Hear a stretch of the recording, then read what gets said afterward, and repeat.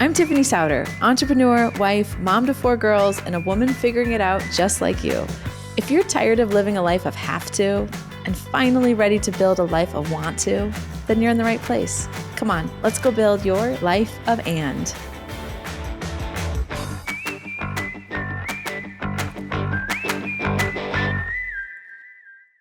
We are living in the largest gap in history between the opportunity that women have today to be able to provide for their families, to be able to earn, to be able to work from anywhere, to be able to explore ideas, to start side hustles, it's incredible. We live in this moment of just incredible, massive opportunity. What a gift. And yet beside all of that sort of explosive moment of opportunity, we really have not changed the way that we think about our lives and how they come together and how we serve these amazing things that we've chosen to be, oftentimes, a wife, a mom, a friend. And so this sort of infrastructure that we have to be able to scale our lives alongside the opportunity, it doesn't exist. It's all broken. And in today's world, in 2025, going into 2026, women are earning more, they're leading more, they're contributing more economically than they ever have before. And yet research shows that we are still carrying most of the emotional and domestic load. And honestly, as a mom and as a woman, I love doing those things. I just want to be able to do that at an intensity and at a scale that makes the rest of my life super sustainable. And so you know this, you're feeling this like tension between I want to earn, I want to achieve, I want to step into all of these things I know I can do and I'm built to do. And yet I feel like sometimes hamstrung by these responsibilities that I have that I chose and I wanted and I love. And this tension feels like it can just be completely draining. So 2025 was really the year that we started to really step into building something big enough to meet that reality. Life of And is now a top podcast. We're in the top 150 out of over 33,000 in the segment that we're in. We put together life-changing retreats, corporate partnerships, tools, built a community of women that are tired of just brute forcing life and saying no, it's got to be different. Can it be different? Can I dare to dream it's different? So today, Sam and I are breaking down what happened in 2025, what we're building next, and kind of give you a preview of 2026. And walking into 2026, so excited, so focused, so ready for it to be here. And I would say as clear in our goals as we are in our boundaries. And when you build a life of and, you have to be clear in both of those things, because building life of and, this project, has to work in the context of the rest of the decisions that I've made. We are living this project every single day and excited to use this episode to share it with you. So, okay, I guess thanks for joining me for another episode of the last episode. Last episode of 2025. Of 2025. I'm your host, Tiffany Souter. Thanks for joining us. So Sam's back on the podcast with me today. This might be a little longer episode for us because I really want, for us to just walk through some of the things we've learned from 2025, talk about our vision for 2026 so that if some of that resonates with people listening, that you can step into that with us. And just thank you for your text messages, for your DMs, for your support, for responding to our newsletters, for just giving us feedback. There are days when it's just hard and you lose your inspiration and you wonder if it matters at all. And your support and feedback keeps me going and reminds me that this is really important, even on the days that are hard. So we just also want to thank you for being here with us. Okay, so we're starting with, looking back at 2025, kind of in just reflection. It's been a big year for you, lots and lots of changes and really big ones too, not small things. So how would you describe it? If you had one word, how would you describe 2025? I would say testing, in sort of 2 definitions of that word. I think testing in the sense of we tested a lot of things in 2025 as far as activations of the life of and it's whenever you're in a moment of trying to figure out how to build something, I have found testing to be just such an important way of, I don't know what's going to work, so let's just go try it. We tried a lot of things. And so from a business perspective, I would say testing. And then I would say on the personal side, testing as well. It felt like a year where there was never a season where doing life of and seemed like a good idea. Yeah. It was just testing, testing my commitment to it, testing my vision for it, testing my stamina for it. just like testing. And so I think just that word sums up last year. It was just like hard in a lot of ways. It felt like some really beautiful moments of like, okay, we are on to something. This feels clarifying. I loved this. This is having impact. And then times is like, geez, ow, what do we do? Yeah. This is super hard. But yeah, that's what I'd say, testing. Yeah, I like that. So looking back at this year, there was a lot that we did do. First of all, we left element 3 at the beginning of the year, which, fun fact, found out this week that most people still don't know. I've left element 3. I mean, in January of 2025, I stepped out of the agency completely. I mean, from a day-to-day operational perspective, I still own the majority of it. And so there are lots of places and reasons where I'm still involved, but it's really in a strategic advisory capacity. I'm very much sitting in the owner's box and I'm not functionally in the business really. So yeah, really to shove off and say like, can we make something of this life of and thing? And I mean, Sam, you've been a huge cheerleader in this too. There are times when I'm looking at you like, I don't know. And you're like, no, I think it's good. I'm like, I don't know. And you're like, no, I think we have to keep going. So in a lot of ways, you've been an early investor in your energy and you have other places where you could have, sort of faster opportunity, but you've been in this with me and I really appreciate that a lot. So yeah, I mean, we tested a lot of things and we stepped into it full time. Yeah, we also switched. The podcast was called Scared Confident at the beginning of the year. And we made that switch in, what was it, April? Mm-hmm. Yeah, joined the IBJ network really as a way to kind of test, like going back, test the strategy of what does it look like to join a network in our local business community. That's a very credible brand. And so wanted some halo effect of that. And then just like, see, can I grow the listeners and grow the impact? And so, yeah, just like in the vein of like, well, if we got to test it, let's see what this looks like. So we've learned a lot. Still love the decision, Life of And podcast instead of Scared Confident. Yeah, I think it feels right. It's way easier to talk about. It is. Yeah, I find that too. It's just like all very cohesive. Yep. I think it would feel even more awkward in December if we hadn't changed it in April. Like it would feel even more dissonant. Yeah. I think we've gotten clarity on like Life of And is a movement, but it really is a framework. Yes. That you learn the tools inside of that framework and then you apply it inside of your life, wherein it's mostly referenced in seasons of change, which is like always for a woman. I've graduated college and I'm starting a new job. Like that's a season of change. I'm, started a new job and now I'm in a relationship. That's a season of change. I've started a new job. I'm in a relationship, but my job requires travel now. That's a season of change. I'm starting to have kids, returning from maternity leave. My kids are in school now. I need to hire a nanny. My kids, are in sports now. It's like, it's summertime. They're going back to school. It's the holidays. Yeah. Like there's always constant something. Moment of change. And when you start to realize, oh, I can develop an experienced muscle that knows how to set me and everybody else around me up for success going into this new season, because we tend to carry our old decisions and behaviors and habits forward into the new thing that's happened, and we're surprised when it doesn't work. Mm-hmm. And so I think we got more clarity in that this year around how to talk about it, about how to articulate where its application is. And like, yeah, it is a framework. You get to put your life decisions into it. I'm not trying to direct those outcomes. And I think we wouldn't have been able to do that as concisely a year ago. Alongside the name change of the podcast, we also updated the website. And I took over like being able to have full control over it, which was huge. Yeah. And has been like one of the better decisions I feel like we made this year, where it was like, yeah, now we have full control and we can do whatever we want with it. Yeah. So that's given us the toolbox. I think, again, in the vein of testing, it's kept it so that the messaging is not 3 seasons behind what we're learning as we're like playing in the marketplace. So yeah, for sure. Been a big deal. Couple more podcast stats. We became a top 3% show this year, which was a shift for us and exciting. Mentioned this in the cold open, but out of 30,000 entrepreneurship podcasts, we broke into the top 150 on Apple this year, which is very cool. And recorded over we'll be just shy of 52 episodes here at the end of the year because we take a couple weeks off around the Christmas time. So pretty close to that. But we crossed over like 300 episodes this year. Yeah. Which is a lot. Many. It's a lot. How many years is that now? 5 years. No, April 2021 is when we started. Yes. So in April, this coming April, it will be 5 years. Yeah.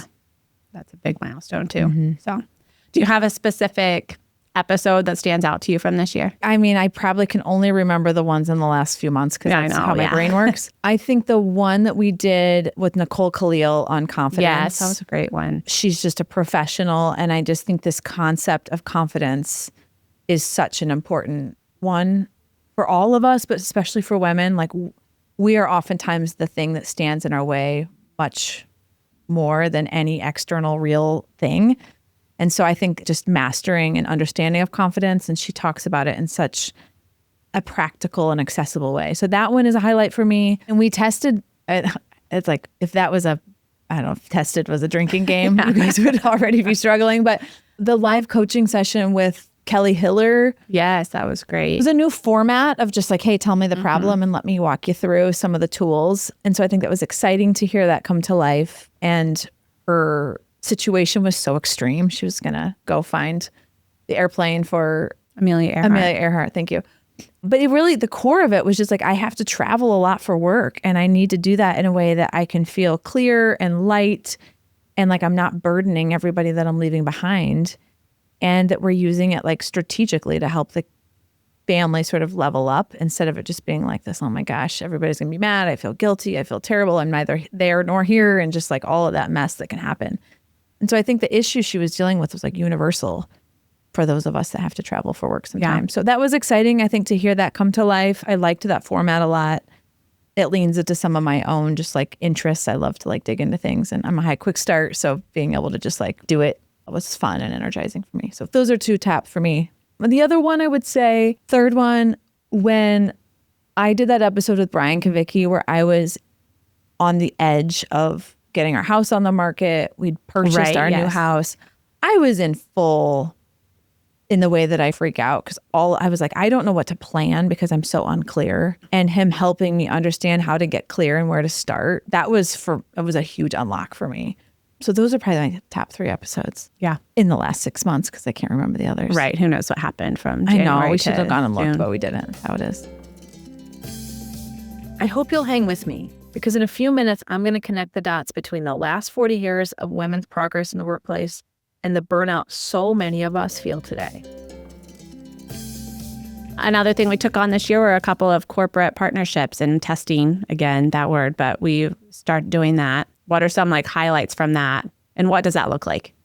Yeah, so this corporate partnership model is going to be a key part of our deliverable going into 2026, which I know is kind of straddling, but if you don't make it all the way to the end of the episode here. So I had several companies that had hired me to come in quarterly and speak to their women really on the Life of And framework toolbox and applying it like seasonally. You know, we're going into the new year, and so it's like, hey, how do you take your goals and move those into clear priorities? How do you get those functionally on your calendar in a way that it's going to be sustainable?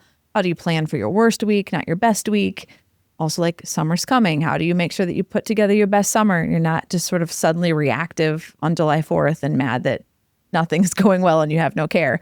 Back to school, another really big season for those of us who have kids in school. And then like going into holiday season. So these corporate partnerships were me presenting quarterly to a group of women and then helping them kind of, I would say, ingest the vocabulary of the Life of And framework into their culture, moving from this place of my life is happening to me to I get to choose how life happens.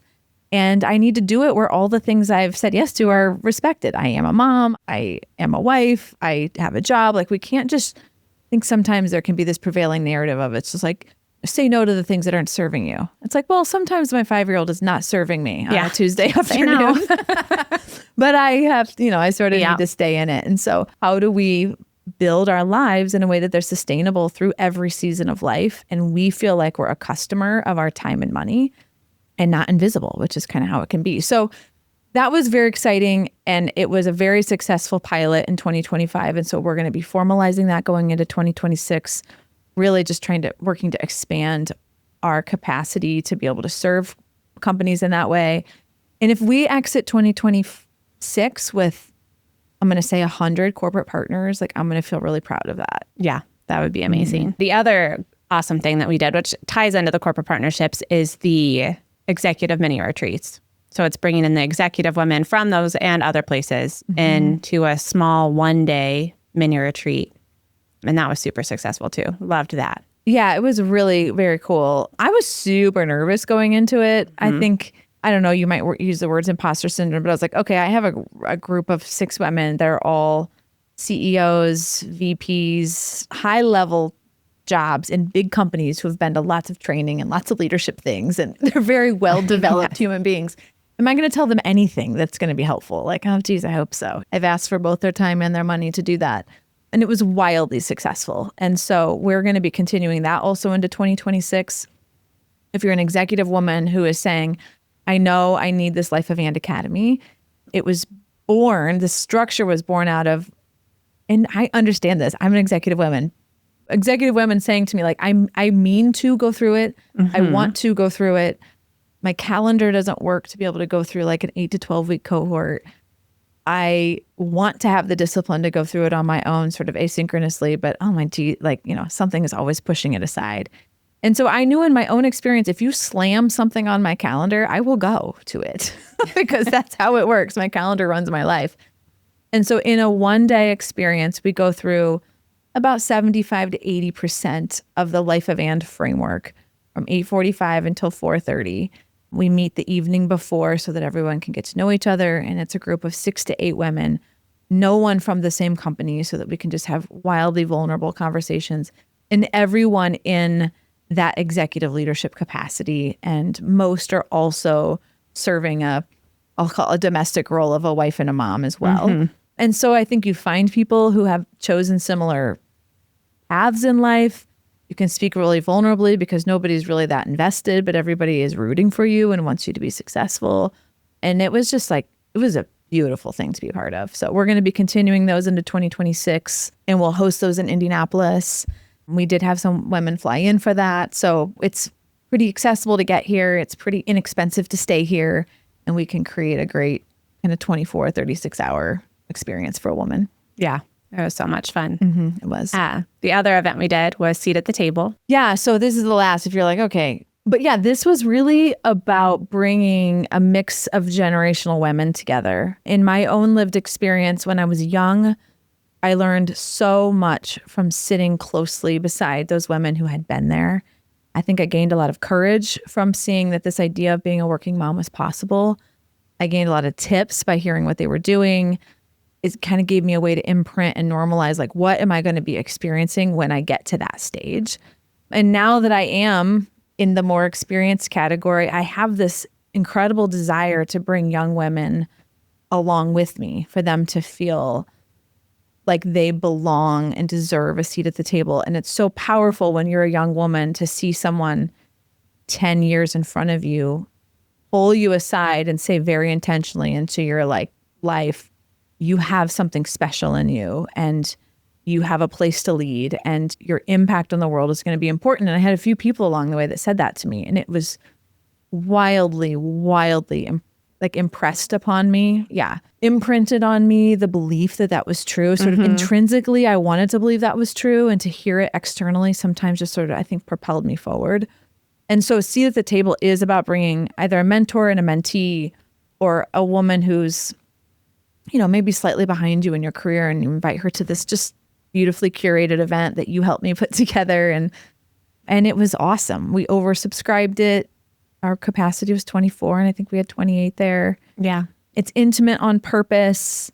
And again, I think we did a couple of them in 2025. We're going to continue to do those in 2026. And it allows women to just connect really on a human level, talk about real things.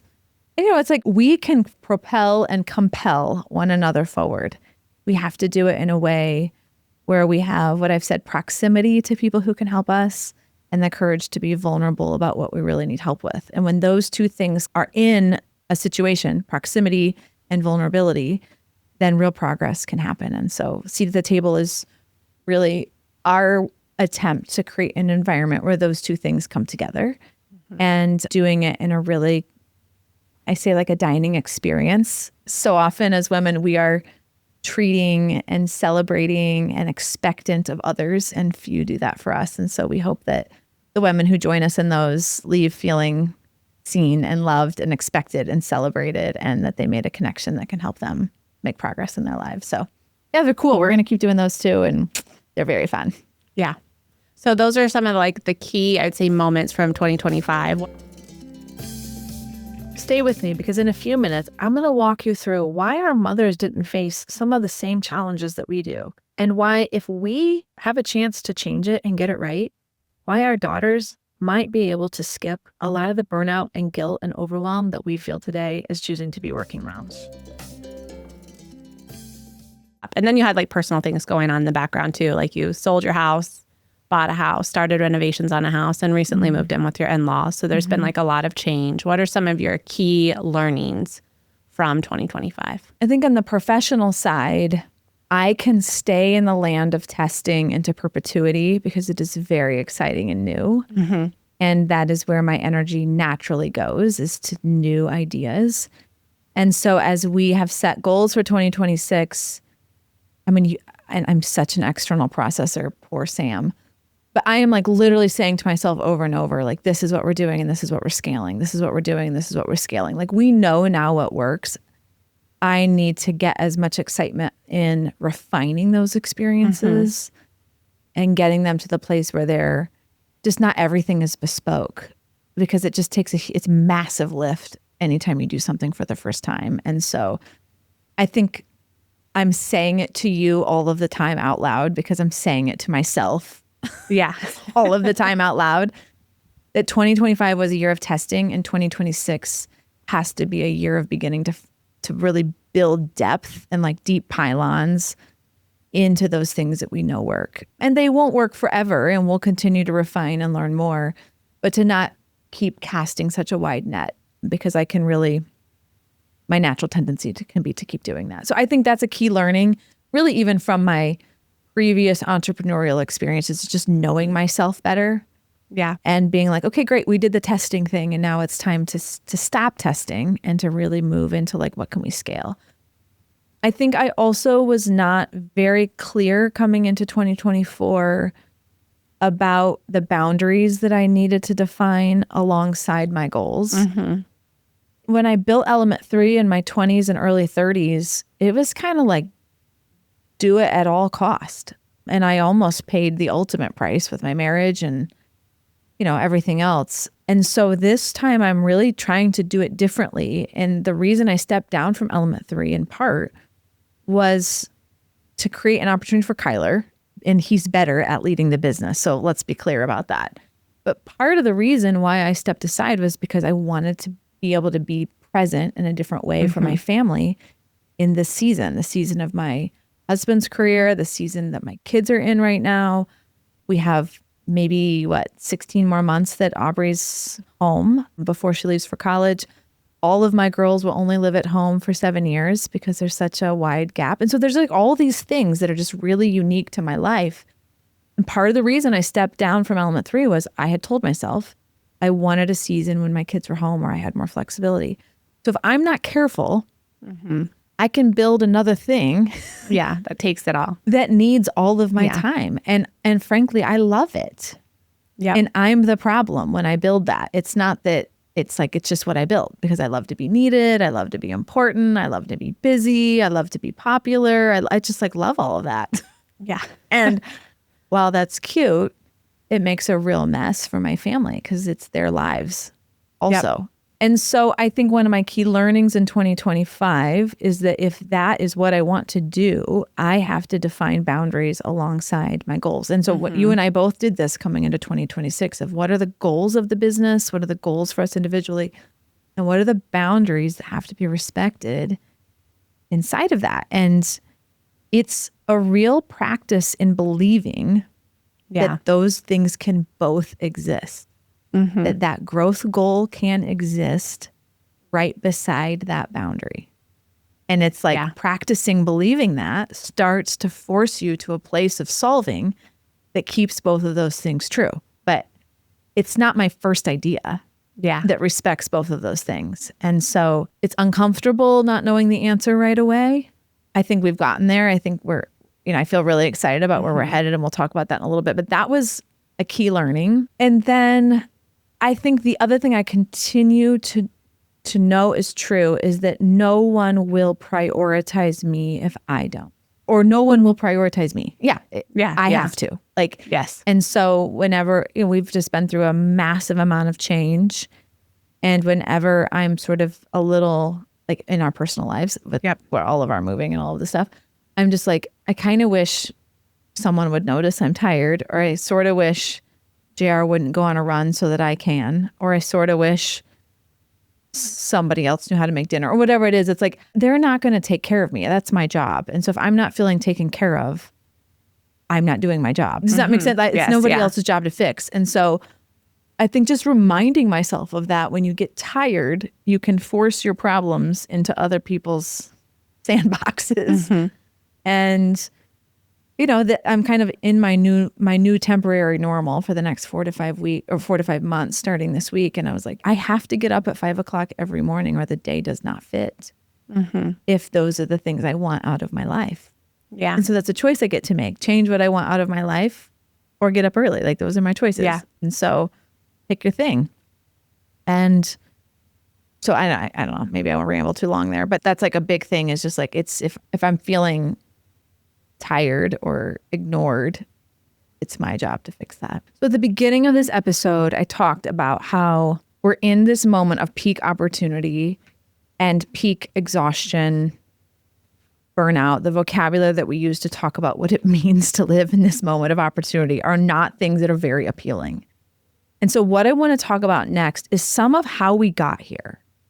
And I think it helps us to step back and understand what has happened culturally over the last 40 years, over my lifetime, to really see why this moment has come together and why I believe the time is now for us to not just talk about how the opportunities for women are different, but also how we talk about the way in which we navigate the environment has to totally change alongside it. So let's get into it. Okay. So I am wildly intuitive, which is great, except that I have all these free radicals flying around in my brain that I then sort into like patterns, and I place them into different categories, and my brain then like synthesizes all this stuff, and I come up with these like aha moments. That's like where the unbalanced character came from. I was like, oh my word, I've got all of these observations that at some point coalesce themselves into this thing that kind of becomes this like light bulb moment. Like, holy crap, that just came out of my fingers, these 3 unbalanced characters. So over the last few months, the intuitive free radicals of thought for Tiffany have been trying to step back and look at what have been some of those keystone moments in my own career. As I was born in 1980. I, graduated college in 2002. Like, what are the things that happened, and how are we in this moment where we have such, I would say, an imbalance of the size of opportunity and the toolbox for support as we kind of try to scale our lives into this? And I often will say, I'll get to some of the research, but I often will say to women, to my peers, like, when we talk about being a working mom, we exchange complaints. Like, oh my word, I'm so tired. I'm so exhausted. I'm literally living out of my car. I know there's goldfish crushed everywhere too. Like, I'm on my 33rd Chick-fil-A sandwich this week. Like, yeah, I know, me too. I always feel behind. I'm exhausted. I don't have time for myself. I know I'm super behind on my Botox too. Like, it's just this like, this kind of exasperated, exhausted. And we just like ping pong complaints back and forth. And we say, I know, honey, me too. Like, I know, like, totally. But we just sort of sit in the pain together, and nobody says, well, I wonder if it can be different. And when we sit down and we think about what could be different, we often think about, what opportunity do I have to shut off in my life? And so that's kind of the whole premise for this idea of life of and. So I wanted to go back, and I'm scrolling on my computer here because I was pulling up different research bodies and kind of talking about it. So I want to take these almost like the last 4 decades, and what did it look like? And for me, it really helped me understand why we're here. Why are we in this moment? So in the 1980s, the doors are like opening. It's like the doors are cracking for women going into the workforce. Women are entering the workforce in record numbers, but the home really stays the same. In 1988, okay, I have to give Sarah Blakely credit for it because she's the one who I feel like talks about it on her Instagram feed a lot too. But it was not until 1988 that women could get a loan for a business person without a male cosigner. In my lifetime, that existed. It's crazy. When you ask a table of people, what year do you think that this was at? My mom said like 1936. And I was like, yeah, well, no, it was 88. So crazy. So this was, think about that. Women were just able to open a business, to buy a business, to like fund an idea in 1988. Corporate America was very much like, hey, you can have a job too narrative. Women were starting to enter the workforce. College enrollment soared, and women were like sitting beside, men in the classroom, and all of these things were happening. It was in 89 that this landmark research called the second shift was done. And it said even dual career mothers were still performing 70, 80% of the household labor back then. And 40 years later, what did the statistics say? It's like 60 to 70% of household labor is still done by women. So there's an example, 45 years later, and we still have not changed the infrastructure for how we're serving these environments. Childcare options were very limited back then, culturally stigmatized, and like nannies and house cleaners and those kinds of things were like reserved for the ultra wealthy. There were no digital tools to reduce domestic load, no grocery delivery, no meal kits. I mean, imagine, there was like a dot. So the cultural expectation were very much a good mother does everything, which is kind of still where we are today. But women were gaining access to work. They were carrying 2 full-time, like dual income started to come forward more aggressively, that kind of thing.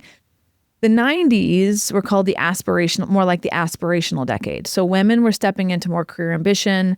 There were more like women stepping into leadership, becoming lawyers, doctors, scientists, MBA, like more advanced degrees were beginning to come more prevalent. And working moms became culturally visible, like soccer moms, career moms, like this was a little bit more present. So that's what that looked like, is more into leadership, more advanced degrees. 2010, so this is when I entered the workforce. And this whole like breaking the glass ceiling was the narrative of the day. It's like women were only getting so high into an organization, but getting into real corporate VP roles. There were not female leaders of big Fortune 500 companies. And I know there's still not a ton today, but there were like none. And so the glass ceiling conversation very much dominated corporate America. Early versions of like calendars, emails, those kinds of things were beginning to come forward. FMLA came out in that season. So technology was becoming to make it a little bit more flexible, but it was still very much I was working at Lilly at the time. So the corporate women were putting on suits and hose and shoes and driving into work from 9 to 6:30. It was very, very structured. Kids were going to daycare. There was not a lot of digital infrastructure. There was really not any workplace flexibility. The idea of work-life integration was like nowhere to be seen. It just was not the way that it was working then. So I think that's interesting. The next decade, 2010, did I miss one? No, to 2020. This is where technology really begins to democratize help. That's where we're just coming out of. It's like Uber, Instacart, DoorDash, TaskRabbit, Amazon Prime, laundry pickup. Like the tools have become available and democratizing all of these things that we are not uniquely qualified to do. Yeah, and making it affordable. Is accessible. Yeah, totally. It's accessible. And women have more earning power than ever. And in 2020, obviously this whole inflection point of being able to maybe work some remotely or to have a hybrid environment, or at least for there to be a professional choice that you could make to have some place work flexibility starts to come into play. And yet, and I understand COVID, but even taking COVID out of it, like we still have not taken advantage of all of these tools that are existing. And I read this thing that was like, it sort of made me think of this parallel. It's like if, I don't know when the washing machine was invented, but a while ago. A while ago. It's been a while. Imagine if women of that age were like, no, the more noble thing is to hand wash your clothes. We're not going to use a washing machine, even though clearly it's more efficient. Like for some cultural reason, we're not going to do those things. And I think we're at that moment here with a lot of this stuff where it's like, it's not that sending your laundry out is not financially accessible to most anyone working in a white collar environment, like a job like this. It's that culturally the stigma is such that people are like, I don't want somebody to fold my underwear. I don't want my friends to find out that I don't do my laundry. Or my kids need to do my laundry. Yes, my kids need to learn how to do their laundry. It's like, I'm pretty confident my kids, when they graduate college, are going to be able to afford to send their clothes out. It's like $30 a week. And I can teach them to do that, or to buy Starbucks. Like, you get to pick, or go to a yoga class or stream, like whatever you want to do. You get to choose.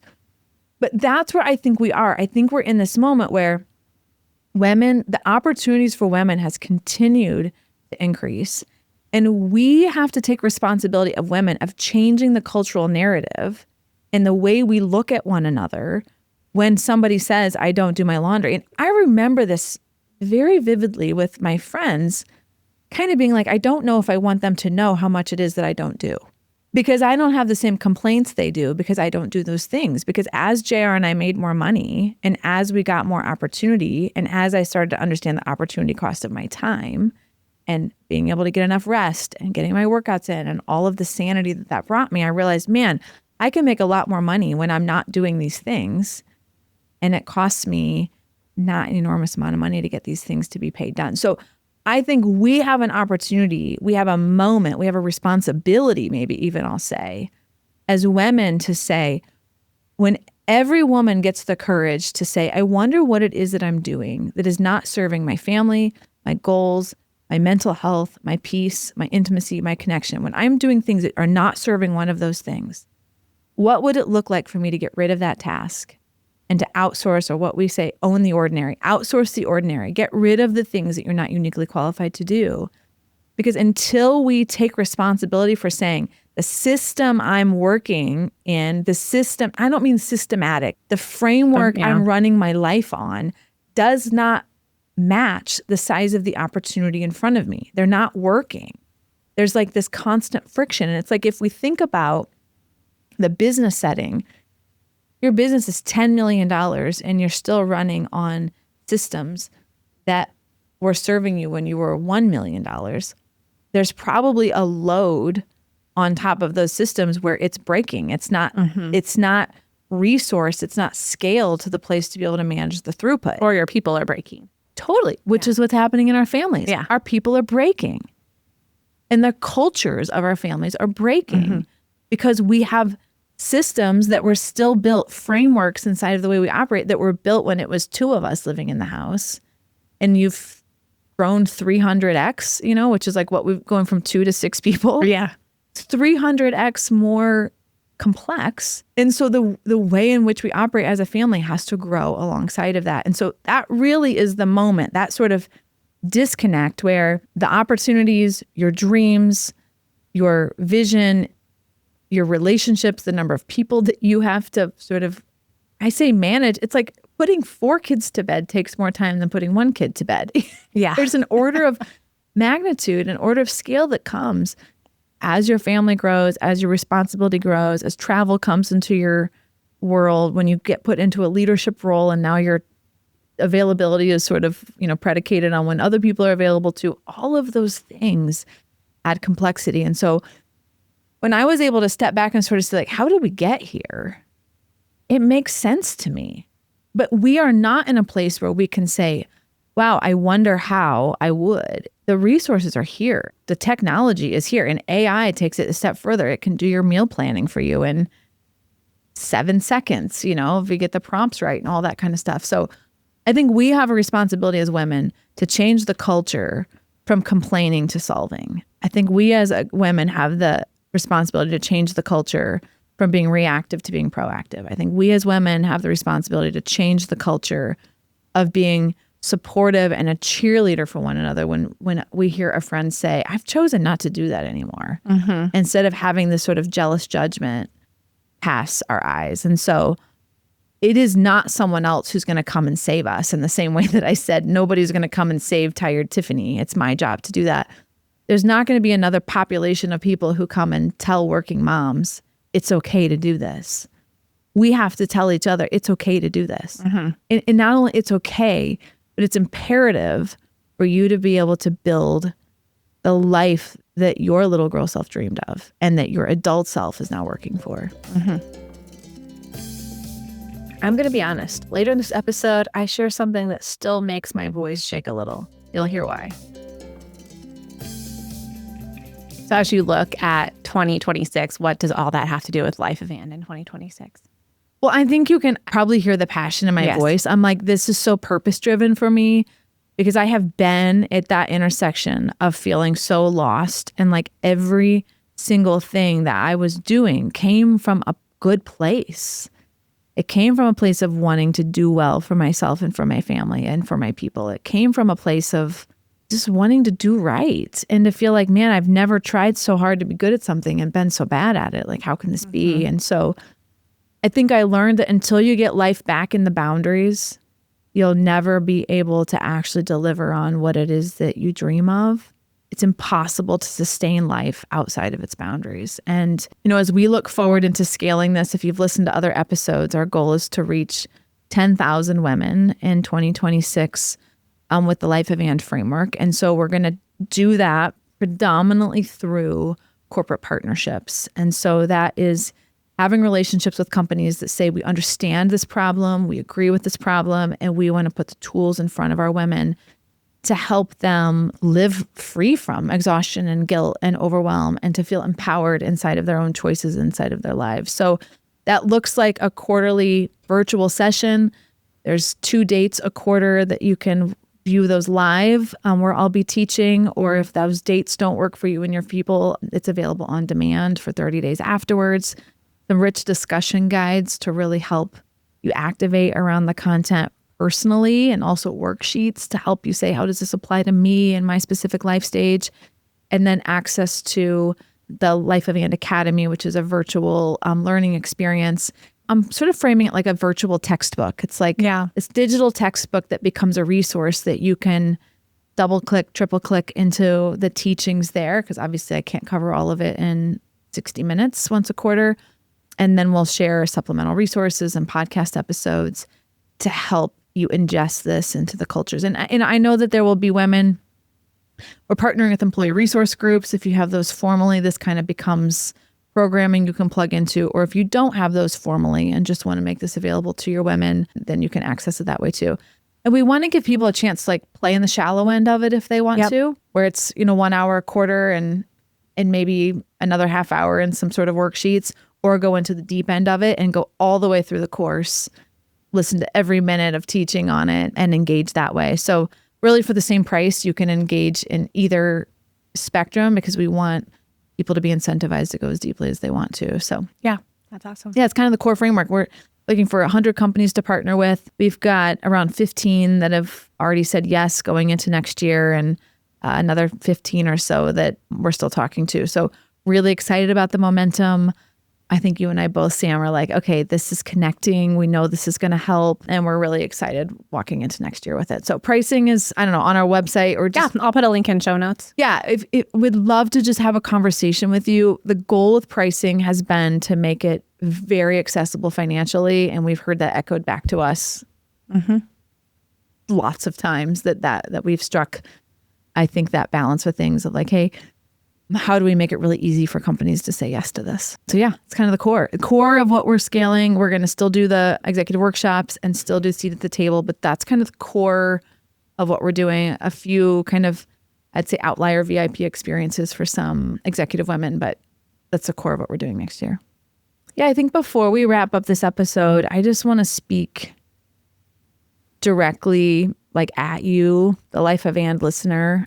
I think if you're in that place of feeling tired and lost, and somehow like you're driving a race car blindfolded and you're just going so fast and you don't know where you're going, I can tell you that you're not doing it wrong, but that there is another way, that it doesn't have to be that living a big life means that you have to be so exhausted through it that you can't feel any of it.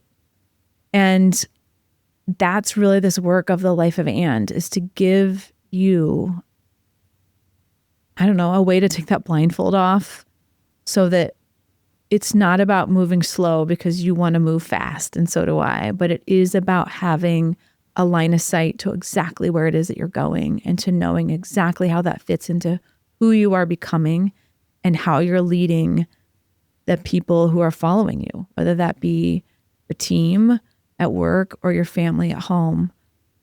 And I think I've learned as a leader that you'd never follow someone that didn't have an inspired direction that they were going. And there were seasons in my journey as a leader where I did not have an inspired direction that I was going. I was surviving. And I thought there was a noble purpose in that because I was giving everything I had to everybody around me. But there's no inspired direction when that's the way you're existing. So I say this to you as a moment of hope. And I come alongside you not just to cheer you on that it's possible, but also with a toolkit to help you do it differently. And it takes a lot of trust to decide to stop what you're doing and to try something different. And if you're at a place where you want to share that trust with us, Sam and I are here to support you every step of the way and have lots of ways to help you through that. And I think I just want to say a heartfelt thank you for being on this journey with us. It makes me cry. I think in some ways I couldn't have imagined 4 years ago what it could become.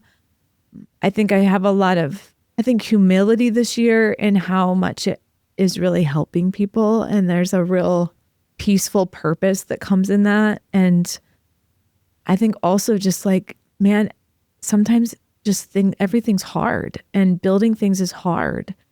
And I never want to make it seem like it's not hard, not because I want you to feel sorry for us, but just that that's what it looks like to do big things, is that sometimes it's hard. And I know we're refined by those moments and seasons, and it makes you anchor into what you are and what you're building and who you're becoming, and pushing into greatness and building something is really hard. So I don't know. I just want to say thank you for being here. Thank you for your encouragement. Thank you for pushing play and listening to this feed, for sharing it with your friends, for the feedback that you've given us, because it really is some days oxygen. So thank you. And we're excited to serve you in 2026. We're excited to continue to push ourselves to be better. We've got lots of visions of just how to make it better. And some of that's for us and some of that's for you. And it's been a great creative and strategic exercise to build this to where it is today. And I'm proud of it. And we have lots more to do. I also just want to thank you, the listener, and I want to thank our partners that have come along on this journey with us in 2025. Share Your Genius. You've been just an incredible production partner. Brian at Lucian. I mean, we record every month and you are as steady as can be for me. Thank you for sharing your lived and learned wisdom with the audience in 2025. California Closets for giving just the most delightful treat for our women at Seat at the Table. If you're looking for just a chef's kiss closet experience, please call them. It's amazing. I'm using them in my new home, paying full price. So it's amazing. Join me in that. And our friends at Laundry Valet, if you're in the Indianapolis area, stop doing your laundry and let Courtney and her team do it. They are literally professionals at laundry, and you will never have to fold underwear again, and you will thank me. So lots of my friends use them. You can trust her with your cashmere. I promise. So thank you all for supporting this journey. It's been fun. Let's do it. That's a wrap. 2025. Later. Thanks for listening to The Life of And. This is your weekly reminder to keep making bold choices, saying clear yeses, and holding space for what matters most. As always, if you like this episode, I'd love for you to drop a review and share it with your friend. It's the fastest way that we can grow the show. Thanks for joining us. I'll see you next time.